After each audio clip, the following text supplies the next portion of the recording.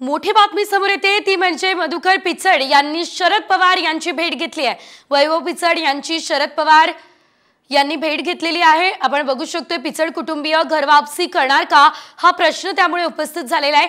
मधुकर पिचड राष्ट्रवादीचे माजी प्रदेश अध्यक्ष आहेत।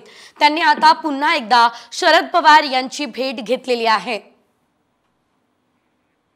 अधिकचे अपडेट आपण घेऊयात आमचे प्रतिनिधी सुनील काळे यांच्याकडून। सुनील, आपण बघू शकतोय पिचड कुटुंबियांनी पवारांची भेट घेतली आहे, नेमके काय संकेत या भेटीतून मिळत आहेत?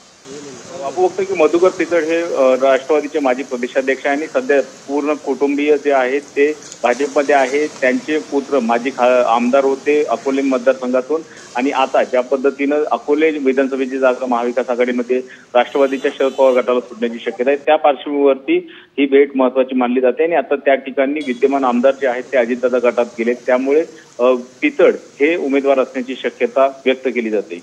निश्चितच धन्यवाद सुनील दिलेल्या सर्व सविस्तर अपडेट्ससाठी।